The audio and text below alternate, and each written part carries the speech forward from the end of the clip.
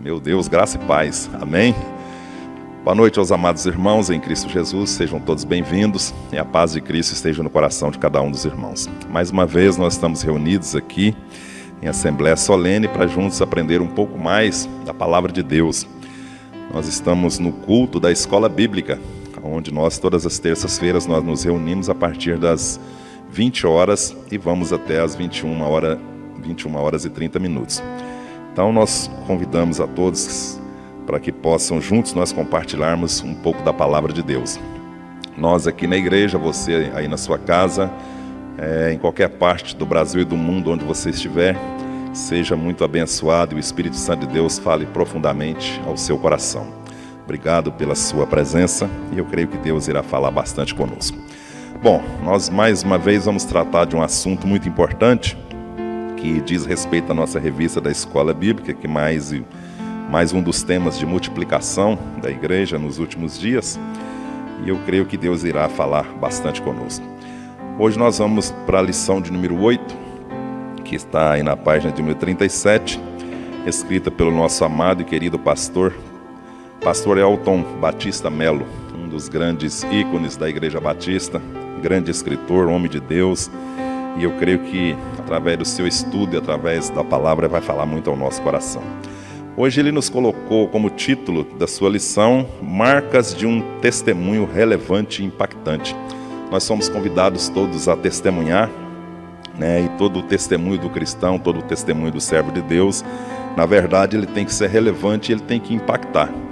Então cada um de nós, eu tenho o meu testemunho, você tem o seu testemunho de vida, e nós temos que compartilhar isso em qualquer parte, em qualquer situação, onde quer que a gente esteja. Então é muito bom a gente ver grandes exemplos na Bíblia de grandes homens de Deus que puderam deixar sua marca, deixar o seu testemunho, deixar grandes legados. A gente vê muita coisa lá do Antigo Testamento, também no Novo Testamento, e como queiram, né, alguns estudiosos dizem que tantas coisas aconteceram no livro de Atos dos Apóstolos, os escritos estão ali, são testemunhos relevantes, e uns acreditam que o Atos dos Apóstolos ainda estão sendo escritos até o dia de hoje, né? Então, através da igreja, através dos servos de Deus, dos homens de Deus, nós vamos vendo aí que a igreja tem de contínuo impactado as pessoas, impactado as vidas. Isso é importante para todos nós. Então vamos lá. Marcas de um testemunho relevante e importante. Texto áureo. Nós temos como texto áureo 1 Tessalonicenses, capítulo 4, e o versículo de número 7, que diz assim: porque Deus não nos chamou para a impureza, mas para a santidade. Ou seja, se a gente inverter também esse versículo aqui, ele fica até interessante, porque Deus, na verdade, nos chamou para a santidade. Nos chamou para a santidade e não para sermos impuros, mas na verdade sermos santos como manda a palavra de Deus. O próprio Deus disse, né, sede santos como eu sou santo. Então isso é muito importante para mim, para você, para todos nós como igreja. Esta lição também ela tem alguns objetivos. O primeiro objetivo dessa lição é conhecer. Conhecer o quê? Conhecer o testemunho pela vida de santidade. Então, através do testemunho e uma vida de santidade, nós vamos impactar o mundo, vamos impactar o coração das pessoas. Outra coisa é perceber o quanto é importante as pessoas perceberem que somos diferentes, e somos mesmo, né? E que há santidade de Deus em nossa vida. Então, esse mundo corrompido, esse mundo cheio de mágoas, de dores, de sofrimentos, de mortes, de angústias e de tanta luta, em meio a tudo isso, o crente, o servo de Deus, ele se faz diferente em meio a essa sociedade corrupta e maligna que a gente vê por aí. Então, em meio a essas atrocidades, em meio às dificuldades e às lutas, nós, o servo de Deus, sim fazemos a grande diferença. Somos chamados para santidade. Outra coisa que nos chama a atenção é a prática contínua do cristão, do servo de Deus, que vai nos chamar para quê? Para jejuar, para orar e para buscar a palavra de Deus. Esses fatores, né, que levam realmente o servo de Deus à santidade. Então, o jejum, através da prática do jejum, da oração e da busca da palavra. Essa busca da palavra de Deus aqui, na verdade, nós chamamos de leitura ou meditação. Porque você só lê a palavra de Deus simplesmente não basta. né? Simplesmente não basta. Nós temos que ler, mas também meditar. Então, todos os termos da Bíblia que a gente vai ver que o servo de Deus, ele não só lê, ele medita na palavra de Deus. Ela foi chamada, o Senhor nos convida, nos conclama a meditar na sua palavra de dia e de noite. Isso é muito importante.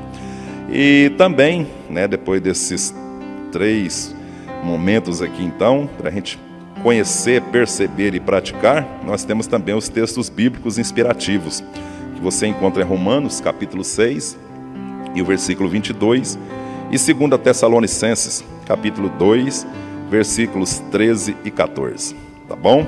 Então vamos lá. Romanos, capítulo 6, versículos 22. Mas agora que vocês foram libertados do pecado e se tornaram escravos de Deus, o fruto que colhem leva à santidade, e o seu fim é a vida eterna. 2 Tessalonicenses 2, 13 vai dizer assim: mas nós devemos sempre dar graças a Deus por vocês, irmãos amados pelo Senhor, porque desde o princípio Deus os escolheu para serem salvos mediante a obra santificadora do Espírito e a fé na verdade. Ele os chamou para isso por meio do nosso Evangelho, a fim de tomarem posse da glória de nosso Senhor e Salvador Jesus Cristo. Amém? O texto do livro de Romanos, capítulo 6, verso 22, né, diz que, mas agora vocês foram libertados do pecado, né, e se tornaram o quê? Escravos de Deus. Dá assim um texto para a gente pensar e meditar um pouquinho. Quando a Bíblia diz que nós somos escravos do Senhor, na verdade nós somos escravos de Deus sim, mas nós somos livres. Por quê? Porque na verdade nós éramos escravos do pecado, né? Então o pecado nos amarrava, o pecado nos algemava, o pecado nos acorrentava. Nós estávamos presos nesse mundo de pecados, né? E nós somos chamados das trevas para a maravilhosa luz que é Cristo. E agora sim, quando nós deixamos ser tomados pelo poder de Deus e a ação do Espírito Santo de Deus em nossa vida, nós nos tornamos livres. Mas a Bíblia vai chamar que nós somos escravos do Senhor. Mas a melhor coisa é ser escravo de Deus. Porque, na verdade, o escravo no Antigo Testamento, ou mais uns anos atrás, até mesmo aqui no Brasil, o escravo é aquele que não tinha nenhuma decisão própria. Não poderia fazer praticamente nada. O seu senhor fazia os seus ditames, as suas ordens, e a pessoa obedecia.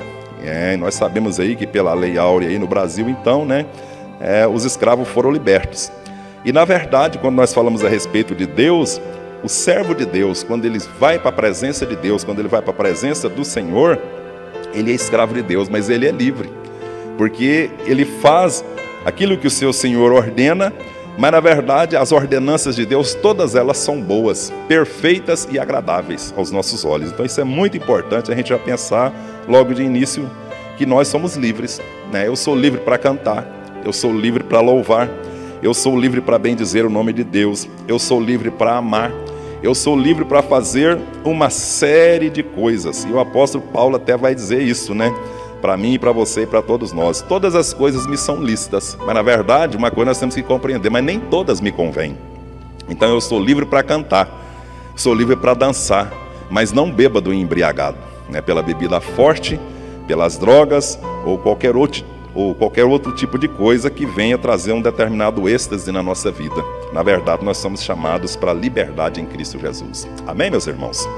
Então, somos livres, né? E se somos livres, nós temos que fazer o quê? Dar um bom testemunho. E é por isso que nós estamos aqui, para testemunhar. E o meu testemunho, o seu testemunho tem que ser relevante e impactante. Vamos impactar o mundo com o nosso testemunho, tá bom? Então, na introdução dessa lição, o autor, que é o pastor Elton Mello, ele vai dizer o seguinte: olha, 3 relatos bíblicos chamam a nossa atenção. Ele colocou aqui pelo menos 3 relatos bíblicos para chamar a nossa atenção. O primeiro deles, o testemunho de Daniel na cova dos leões. Segundo, Sadraque, Mesaque e Abednego na fornalha ardente. E terceiro, ele vai falar de Estevão, do Novo Testamento, né, que foi apedrejado. São 3 momentos da história que, na verdade, deixam aí um legado para mim e para você. Quantos não se lembram, né, de Daniel na cova dos leões? E quantos não se lembram também de Sadraque, Mesaque e Abednego na fornalha ardente, quando o Senhor os tirou lá do fogo em meio às chamas, e eles saíram ali ilesos, sem nenhuma marca, sem nenhum momento assim que pudesse dizer, olhar para eles, olha, eles estão com cheiro pelo menos de queimado. Nada, nada, nada. Foram tirados da fornalha de fogo ardente e não sofreu dano algum. E mesmo Daniel também na cova dos leões, no momento também onde ele passou toda a noite, poderia ter sido estraçalhado por aqueles animais, mas pelo contrário, né, a Bíblia vai dizer que o Senhor fechou a boca dos leões para que Daniel não pudesse ser consumido, né? Então são duas histórias do Antigo Testamento que teve um final abençoador, que teve um final assim que realmente qualquer servo de Deus gostaria de estar então nessa posição do livramento. Mas se você olhar para a vida de Estevão no Novo Testamento, a Bíblia vai dizer que Estevão era um homem cheio do Espírito Santo de Deus, era um homem cheio de fé, era ousado, era corajoso, né, e pregava a palavra com muita clareza, com muita avidez. Mas porque o Senhor não livrou então esse servo de Deus? Porque o Senhor não livrou então a Estevão? Porque a Bíblia vai relatar e vai dizer que esse homem estava tão cheio do Espírito Santo de Deus que quando ele pregava, a sua fisionomia, quando olhavam para ele, viam que o brilho de Deus estava sobre ele. Eles tratavam como se fosse um anjo do Senhor, mas mesmo assim os seus algozes da sua época pegaram em pedras e atiraram contra Estevão, né? E ele foi morto apedrejado. Então, uma história com um final trágico. Um homem cheio de Deus, um homem cheio da presença do Senhor, e agora sendo morto. Em contrapartida, Sadraque, Mesaque e Abednego, Daniel sofreu o livramento. Enquanto isso, Estevão não teve a mesma sorte no final. Mas todas essas coisas que a gente vê aqui cooperam tudo para a glória de Deus, porque todas as coisas cooperam para o bem daqueles que amam a Deus. Cada história, cada momento, cada um desses momentos aqui vai trazer muita relevância, porque vai colocar o quê? O testemunho de cada um desses homens e a fé que impactou outras pessoas, né? Eles tinham fé e a sua fé acabou que impactou outras pessoas pelo seu grande testemunho. Amém, meus irmãos? Muito bem. Então, nas páginas da Bíblia nós lemos sobre muitos milagres, livramentos, batalhas vencidas, histórias impactantes, quando Deus até mesmo fez parar o sol e a lua, lá na batalha de Josué, né? Onde o sol parou para que o povo de Deus pudesse vencer a batalha. Deus é tremendo em seu agir em nossas vidas e ainda hoje não é diferente. Aleluias, né? Então Deus é tremendo em seu agir em nossas vidas e ainda hoje não é diferente. É o mesmo, sempre que eu digo aqui para os irmãos, que Deus é o mesmo Deus de ontem, de hoje e vai ser eternamente. Então um certo pregador chegou a dizer o seguinte: você pode até crer no Deus de ontem, você pode até crer no Deus do futuro, mas eu te aconselho a crer no Deus de agora, porque o Deus de agora é aquele que está presente na minha vida e na sua vida. Por isso ele é chamado Deus conosco. Emanuel, Deus conosco. Amém? Então você tem que crer no Deus de agora, no Deus do presente. No entanto, esses três testemunhos, de maneira geral, exemplificam atitudes de homens e mulheres que confiaram no Deus Todo-Poderoso, o Senhor das nossas vidas. Então vamos aqui destacar três marcas, né? E são marcas, virtudes essenciais para que o nosso testemunho seja efetivo ao mundo e produza a transformação para a qual a palavra foi enviada por nosso intermédio. Amém? Então, três marcas, três atitudes, três testemunhos, posso dizer assim, e que vai impactar eu e você aqui nessa noite. A primeira delas é a firmeza da fé diante dos desafios. Todos os dias nós vamos ter desafios diante de nós. Segunda delas é a firmeza na fé, diante dos resultados incertos. Talvez você olha para a circunstância e talvez vai imaginar que o final pode ser alegre, mas talvez o final pode ser triste. Então a gente tem que estar sempre atento. E a terceira é a firmeza na fé, mesmo diante do aparente fracasso, né? Mesmo que a gente olhe para a situação e vê que no final pode ser um fracasso, mas permanecer firme na fé. Como aqui poderia dizer, né, até mesmo na vida de Estevão, do qual nós estávamos falando, um homem servo de Deus, mas que no final aparentemente parece que foi um fracasso, mas não foi, né? Não foi um fracasso, foi vitória para a vida dele, porque ele está hoje diante do Deus Todo-Poderoso. Muito bem, então em primeiro lugar nós vamos discutir aqui a firmeza da fé diante dos desafios, amém? Todos os dias nós somos desafiados a viver uma vida diferente. Todos os dias, ao sair da sua casa, de manhã para o seu trabalho, quando o sol nasce, você já está com certeza pronto a enfrentar novos desafios. E eles são totalmente diferentes uns dos outros. Cada um tem os seus desafios.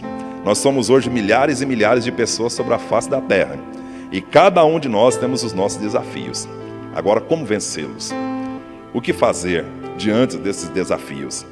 Primeiro, né, mantenha a fé, a firmeza, a coragem e a ousadia. E sendo assim, nós vamos vencer os nossos desafios. Então vamos lá. Vamos falar mais um pouquinho de Daniel, né? Daniel, então, na verdade, ele mostrou firmeza diante dos desafios. Colocou a sua fé em ação.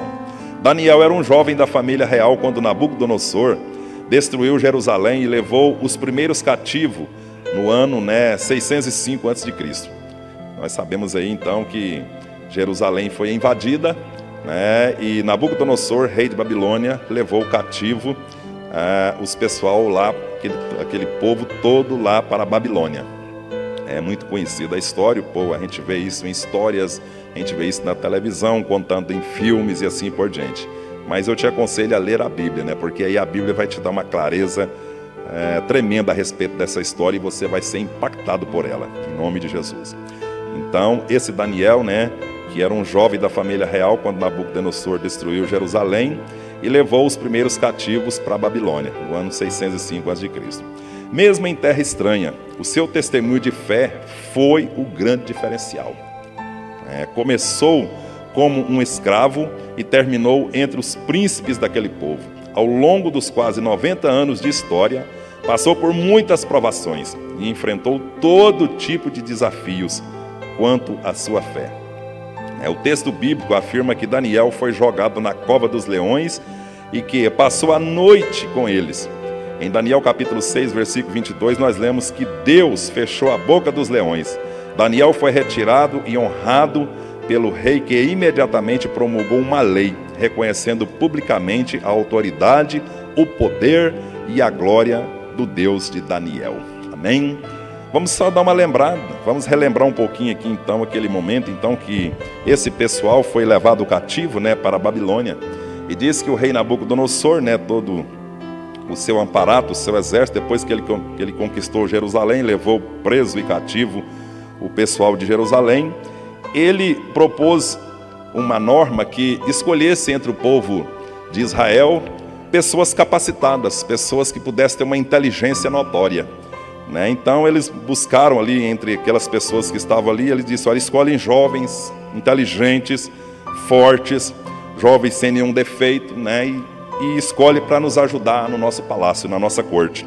E dentre esses então que foram escolhidos ali, escolheu então Daniel, juntamente com seus amigos, Sadraque, Mesaque e Abednego.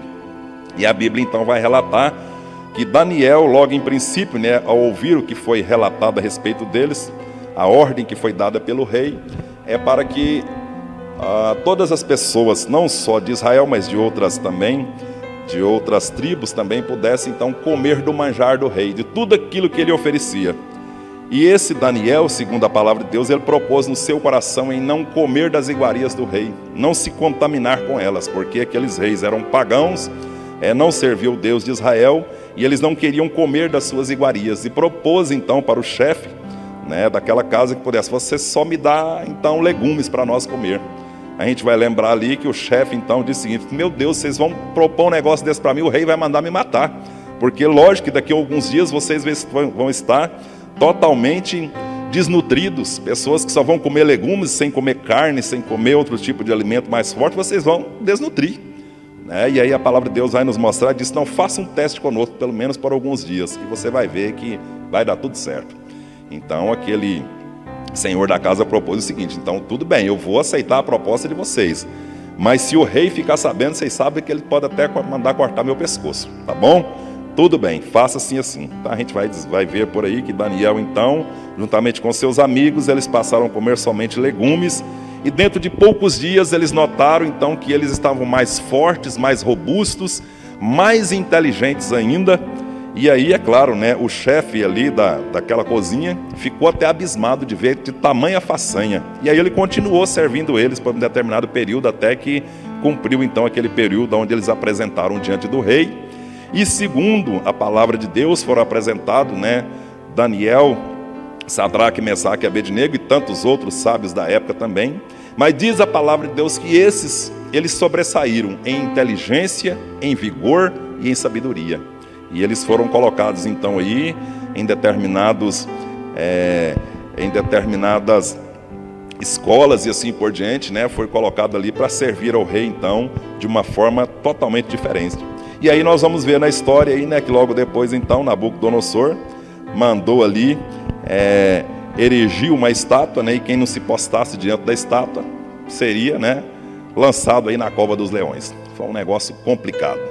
E a gente vai ver então aí que Daniel não quis prostrar, e aí depois a gente vai ver então que ele na verdade foi jogado na cova dos leões por não aceitar o edito do rei, e depois logo em seguida, depois que ele veio para fora são e salvo, o rei voltou atrás na sua palavra e disse o seguinte: quem não servir agora o Deus de Daniel será lançado também na cova dos leões. Então a história é grande, mas apenas um resumo pequeno aqui para a gente pensar um pouquinho nessa questão e lembrar que Daniel fez a diferença por causa do seu testemunho, por causa do seu amor que ele tinha por Deus. E cabe a mim, cabe a você, cabe a todos nós continuarmos dando o nosso testemunho para impactar as pessoas diante dos desafios que nós enfrentamos todos os dias da nossa vida.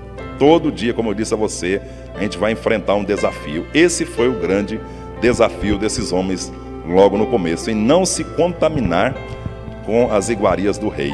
E contaminar aqui, hoje para nós como igreja do Senhor também, mostra que nós não devemos nos contaminar com as impurezas que esse mundo coloca diante de nós. E nós sabemos que são várias, né? A prostituição, o adultério, o crime, o roubo, as drogas, o alcoolismo e uma série de coisas, né? Nós temos que fugir dessa aparência. A Bíblia nos chama a atenção que nós devemos fugir da aparência do mal.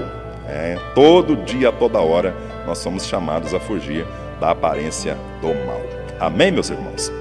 Muito bem.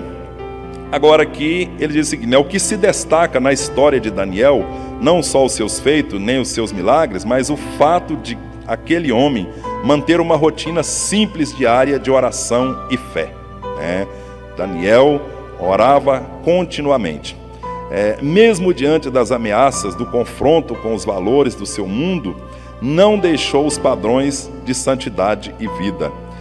Estima-se que morreu aos 90 anos de morte natural, tendo passado por 3 dinastias como um escravo, fato raro para aquela época. Interessante, porque havia uma promessa também desde o Antigo Testamento, que os 70 anos de cativeiro que passaria Israel, eles seriam,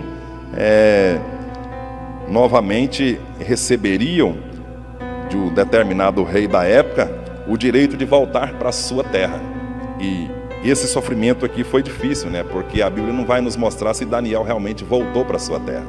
Então, praticamente, a gente vai entender que talvez ele possa ter morrido naquela condição, passar por 3 diferentes reinados, e mesmo assim, ele continuou firme, ele continuou na sua batalha. E alguns historiadores aí vão dizer que talvez ele conseguiu sobreviver até os 90 anos, e mesmo assim como escravo, ainda sendo escravo, ainda lá no palácio dos reis de Babilônia daquela época. Mas vale a pena lembrar que aquele que é escravo de Deus, ele não é escravo para sofrimento, ele não é escravo para carregar um fardo pesado, ele é um escravo livre.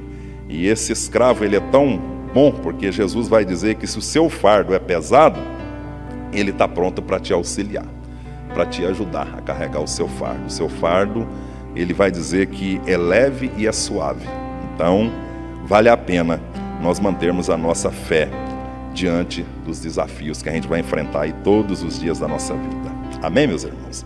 Então você vai enfrentar um desafio lá no seu trabalho, você vai enfrentar um desafio lá na sua faculdade, no seu colégio, qualquer lugar você vai enfrentar desafios, dentro do seu lar e mesmo dentro de vários outros ambientes. Então isso é muito importante a gente pensar um pouco em tudo isso.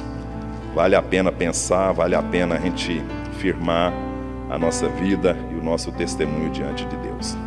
Muito bem. Então nós vamos agora para o nosso segundo tópico. Eu creio que Deus irá falar muito ainda mais ao meu e ao seu, ao nosso coração.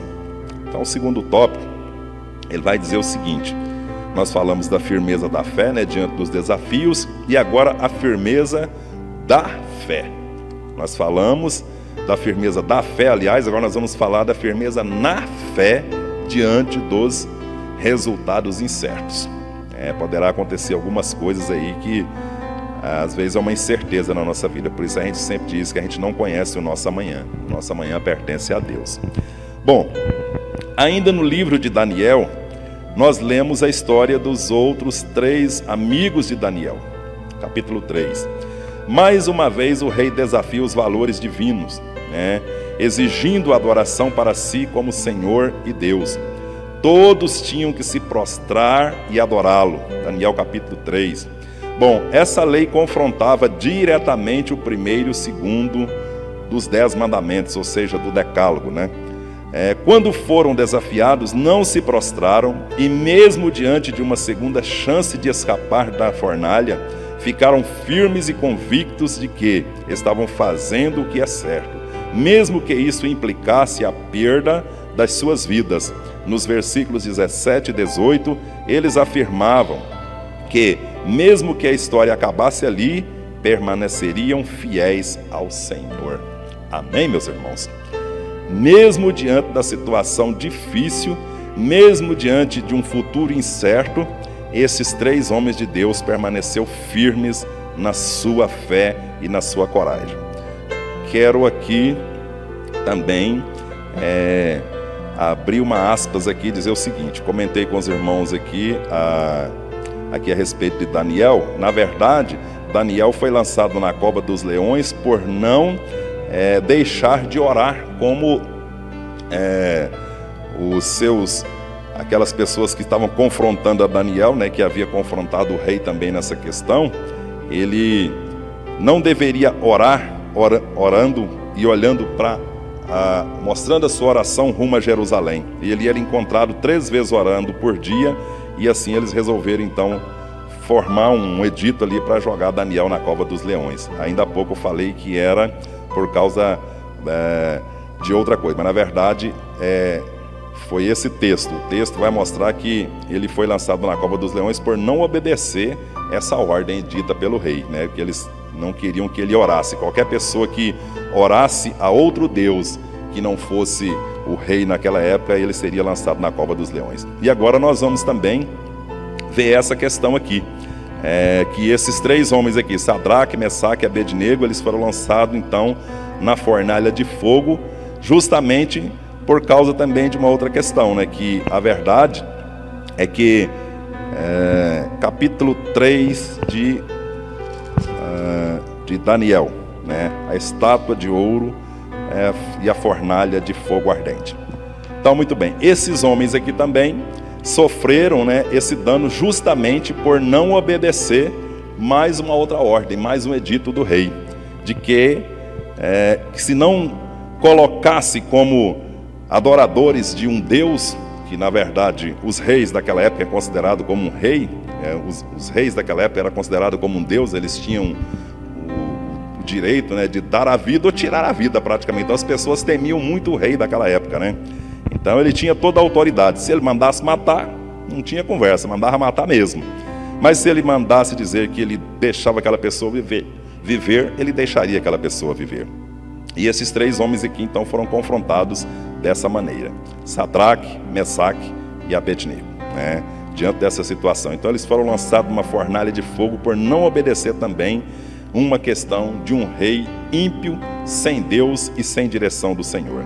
E aqui o autor vai dizer que nós sabemos que o nosso Deus é poderoso para nos salvar, para nos livrar, para impedir que o inimigo prevaleça contra nós. Mas também nós precisamos saber que ele pode não intervir naquele momento. Nós sabemos que em determinado momento da história da nossa vida, talvez Deus não possa intervir naquele exato momento. Então daqui a um pouquinho nós vamos falar um pouquinho a respeito disso. Então, ao longo da história da igreja cristã primitiva, houve muitos testes, muitos testemunhos de milagres, quando homens e mulheres foram jogados aos leões, jogados em caldeirões ferventes, e ainda outros aprisionados e lançados nos circos de Roma. A grande maioria morreu martirizado como fiéis testemunhas de Cristo. A palavra testemunho no grego é martíria, ou mártir. Aqueles jovens foram poupados da morte na fornalha. Veja só, no versículo 26. O que novamente resultou na glória e no reconhecimento do poder soberano do Senhor. Um cristão firme na sua fé nunca é uma vítima, mas uma poderosa testemunha do Senhor. Uma pergunta vem aqui: você tem convicção da sua fé? Se o seu patrão exigir que você deixe de ser cristão para ser promovido, qual é a sua reação? Se você começar respondendo, depende, então você já foi reprovado. O que nós olhamos na situação, nesse momento aqui, é essa questão de testemunhar. A grande maioria morreu martirizada como fiéis testemunhas de Cristo. Então a gente vai ver que no Antigo Testamento, como falamos ainda há pouco, a gente vê esses personagens de Daniel e os seus amigos serem livres de determinadas situações, da fornalha de fogo e da cova dos leões. Mas apontando para Estevão, ele não sofreu livramento, mas só Estevão. A Bíblia vai relatar a respeito de tantos outros servos de Deus. Aliás, praticamente quase todos, os apóstolos de Jesus morreram em situações desagradáveis.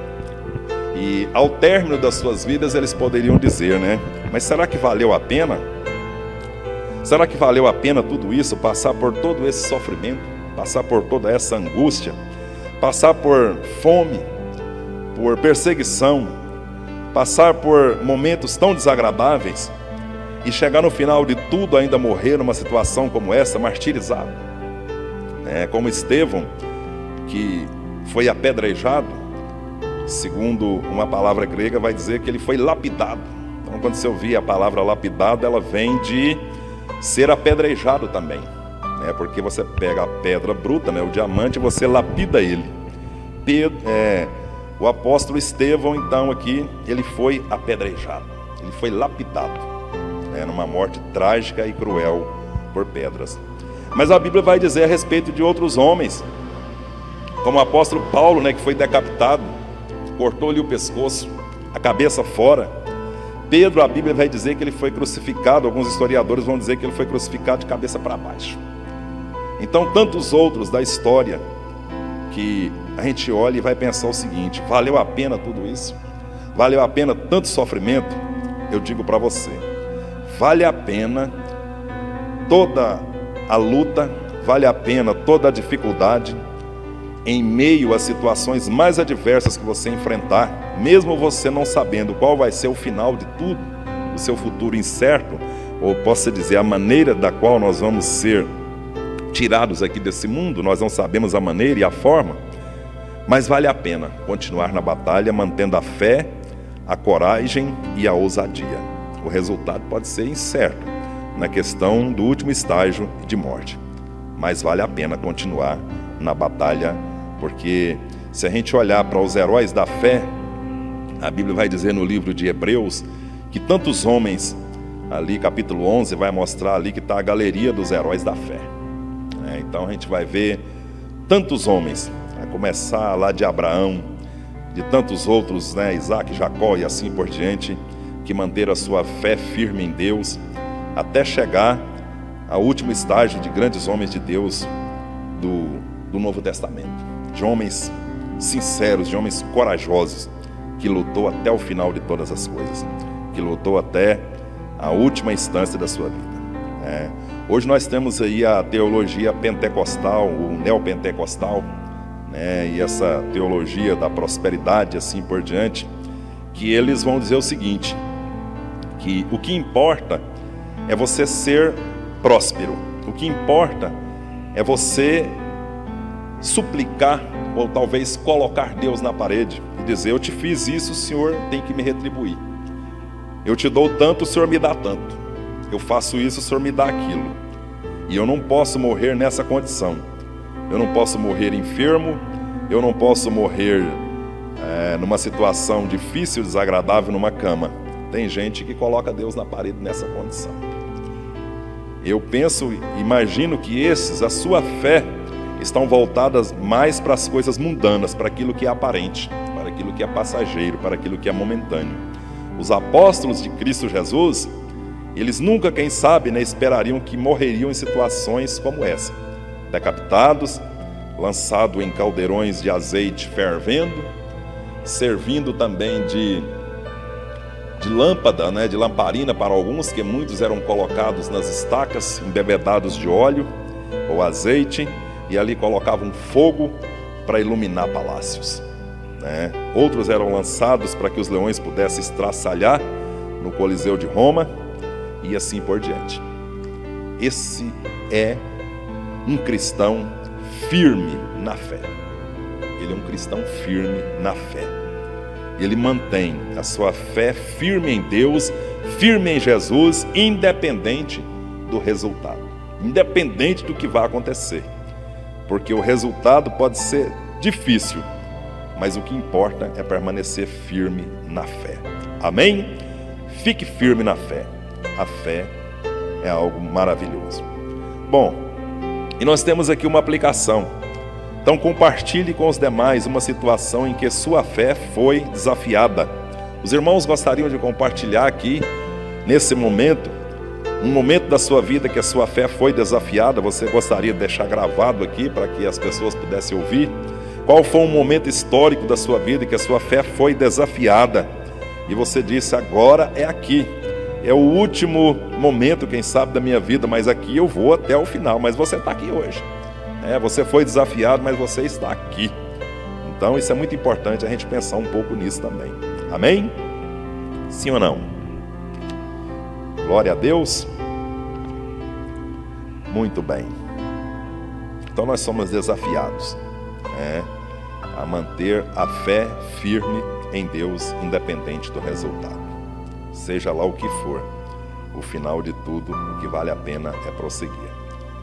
Muitos cristãos, nos dias atuais, estão sendo aí diagnosticados com coronavírus, que é uma doença agora que as pessoas têm um futuro incerto. Muitos já foram diagnosticados com câncer, outras doenças que aparentemente vai levar a pessoa à morte mesmo, e muitos já partiram nessa condição, né? Mas permaneceu firmes, permaneceu mantendo a sua fé na presença daquele que vive e reina para sempre, a saber, o nosso Deus. Então, independente de tudo isso, vale a pena manter a fé. Muito bem, então nós já falamos a respeito da firmeza da fé, da firmeza na fé, e agora vamos falar da firmeza na fé mesmo diante do aparente fracasso, né? Talvez pode ser que você considerou que a sua vida está num momento de fracasso, de derrota, e você até já pensou em desistir de andar com Cristo, de caminhar com Jesus. Mas vamos lá, eu creio que depois que a gente falar um pouquinho aqui desse terceiro tópico, da firmeza na fé mesmo diante do aparente fracasso, a sua fé vai se aquecer. E você vai voltar à origem, você vai voltar ao começo, você vai voltar ao primeiro amor, você vai passar a crer de uma forma diferente. Deus vai elevar a sua fé, o Senhor vai fazer com que a sua fé aumente. Aliás, a fé pode ser aumentada, né?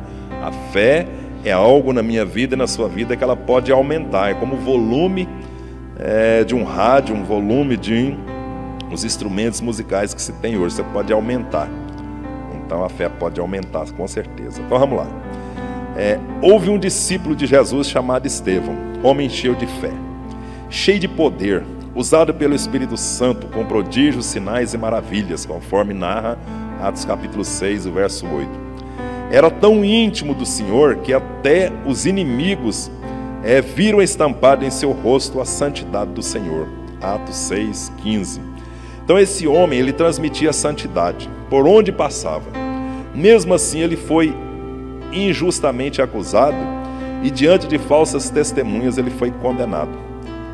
Conforme Atos capítulo 7, Estevão deu uma aula sobre a história de Israel. Pregou o princípio da graça de Deus ao homem, expondo o plano da salvação para o povo de Israel e para os gentios através da vida e o sacrifício de Cristo Jesus. Foi uma pregação confrontadora com o pecado reinante naqueles corações endurecidos e raivosos. A vida de santidade ofende aqueles que não levam Deus a sério. A vida de santidade ofende aqueles que não levam Deus a sério. O grande segredo de Estevão para passar por essa situação não era o seu conhecimento, nem a sua vida sem falhas, mas a plenitude do Espírito. Estando cheio do Espírito Santo, o cristão não pode andar vazio pela metade, mas estar sempre, constantemente cheio do Espírito Santo. Estevão morreu apedrejado, mas a sua morte não foi em vão. Como não é vã a morte de nenhum dos servos de Deus. Um jovem chamado Saulo assistia aquele testemunho de fé. Saulo começou grande perseguição aos cristãos. Mesmo conhecendo a palavra, a Torá, o Antigo Testamento, Saulo não conhecia o Senhor Jesus. Porém, o testemunho de Estevão contribuiu para um encontro divino na estrada de Damasco, que revolucionou a igreja. O perseguidor foi convertido e se tornou um grande pregador do Evangelho. Quero fazer uma pergunta para você. Se a sua vida fosse ceifada ou for ceifada na sua juventude, ou num tempo do qual você poderia dizer, eu tenho muito tempo de vida ainda pela frente, mas que fosse para salvar alguém, que fosse para salvar apenas uma pessoa, você daria, você permitiria, você aceitaria ser morto para que outra pessoa pudesse alcançar a salvação e a vida eterna? Porque você é salvo em Cristo.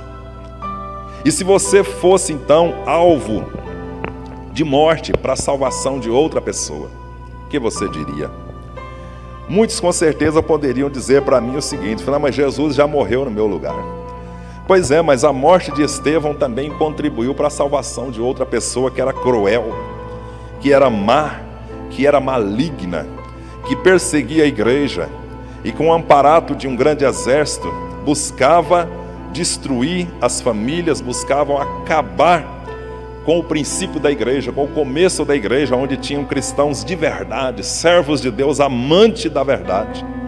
E este Saulo, que depois a palavra de Deus vai nos mostrar que convertido, mudou-se o seu nome para Paulo, que é o apóstolo Paulo, que ele vai dizer que dentre os apóstolos ele é o menor, mas dos pecadores ele é o maior.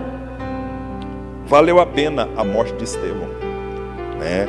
Um homem que na verdade estava tão cheio do Espírito Santo de Deus, como eu disse a você, a Bíblia vai relatar, que quando as pessoas que olhavam para ele, depois dele pregar um grande sermão, e um sermão muito profundo, que atingiu muitos ali naquela hora, um sermão assim, longo, mas um sermão que penetrou no coração das pessoas, ao ponto de que quando ele estava pregando, a luz de Deus brilhava tanto sobre ele, que a sua face brilhava como a face de Moisés que estava no monte, né?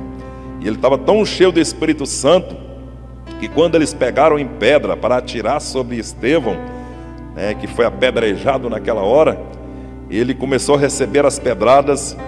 Ele ora a Deus naquele momento, uma oração muito interessante. Ele disse que viu os céus abertos, ele via Deus, ele viu o Senhor, ele viu o próprio Cristo, ele viu o Senhor, meu, seu, nosso Deus, o nosso Senhor.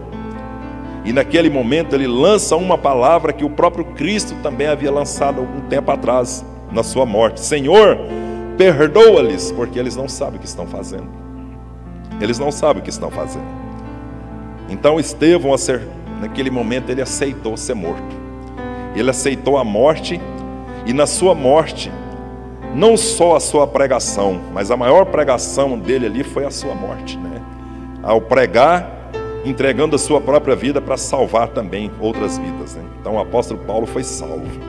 Ele viu a fé daquele homem. Depois a palavra de Deus vai mostrar que Saulo, em caminho de Damasco, perseguindo ainda os cristãos, ele tem um encontro com Jesus. E Jesus vai dizer para ele: Saulo, Saulo, Saulo, por que você me persegue? Por que você persegue com tanta dureza a igreja do Senhor? Por que isso dentro do seu coração? Dura coisa é recalcitrar contra os aguilhões do Senhor. E a Bíblia vai dizer que ele caiu por terra, cego, e logo depois ele foi levado a um servo de Deus, e esse orou sobre a sua cabeça, impondo-lhe as mãos, e a sua cegueira saiu naquele momento, os seus olhos se abriram, e ele pôde então enxergar, ele pôde ver, e daí por diante uma fé tremenda tomou conta do coração de Saulo. E logo depois ele foi então chamado apóstolo Paulo, e daí por diante a história vai narrar que esse homem foi um dos maiores pregadores da história, abrindo igrejas, testemunhando, louvando e bendizendo o nome do Senhor. Aquele que era perseguidor passou a ser perseguido e teve um final de vida trágico também. Foi decapitado, cortaram-lhe o pescoço, mas valeu a pena. Então o fim aparentemente foi um fracasso na vida de Estevão. O fim talvez poderia ter sido um fracasso na vida de Paulo, mas valeu toda a sua trajetória, valeu toda a sua luta. Então eu chamo a sua atenção para mim e para você nessa noite. Nós daríamos também a nossa vida para que outros pudessem ser salvos? Muitos de nós, quem sabe, está dando a sua própria vida para que outros sejam salvos, porque enquanto você está orando, enquanto você está clamando, enquanto você está buscando de Deus, enquanto você está tendo uma vida de santidade, enquanto você está afastando-se desse mundo pecaminoso, enquanto você está fugindo da aparência do mal, você está contribuindo para que outras pessoas sejam salvas, para que elas possam ler em você, olhar para nós e ver que nós somos uma carta a ser lida aos olhos das pessoas, para que eles também possam compreender que Deus quer salvá-los, que Deus quer libertá-los. Um dia aquele seu vizinho vai ser salvo. Um dia aquele teu filho, aquela tua filha vai ser salva.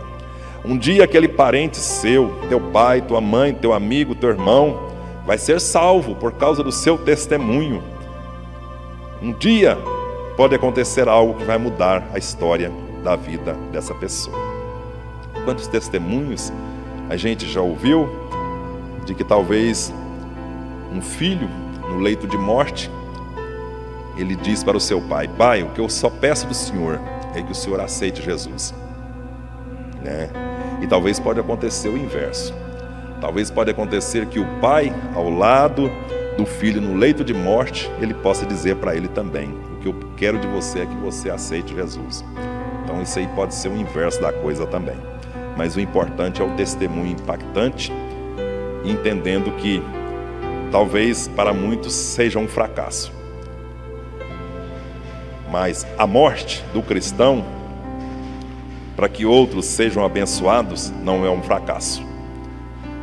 É algo glorioso, é algo tremendo, é algo maravilhoso. Estevão estava cheio do Espírito Santo, você cheio do Espírito Santo, nós sendo cheios do Espírito Santo de Deus, nós vamos impactar outras pessoas. Então o cristão não pode andar vazio, pela metade, mas estar sempre, constantemente cheio do Espírito Santo de Deus. Um exemplo é quando muitas vezes nós estamos andando aí pela rua com o nosso veículo, com a sua moto, e de repente você olha para o ponteirinho e você vê que o marcador de combustível ali está quase no final, né? E você olha e pensa: mas será que eu consigo chegar lá no posto ainda? E talvez você não consiga chegar, porque às vezes está uma distância longa e você não consegue chegar. Por quê? Porque o seu tanque está vazio. Nunca deixe o seu tanque vazio. Nunca deixe o seu tanque pela metade. Mantenha esse tanque cheio da presença do Espírito Santo de Deus. Amém, queridos?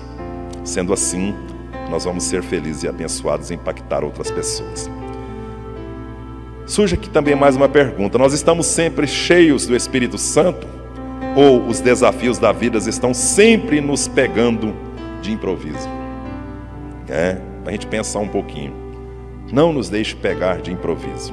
Mantenhamos o nosso tanque cheio. Para finalizar, depois de nós falarmos então aqui da firmeza da fé diante dos desafios, da firmeza da fé diante do resultado incerto, da firmeza na fé mesmo diante do aparente fracasso, nós vamos por uma conclusão sábia e inteligente, que diz assim: a santidade em nossa vida pessoal é maior e mais desejável que os sinais, prodígios e maravilhas.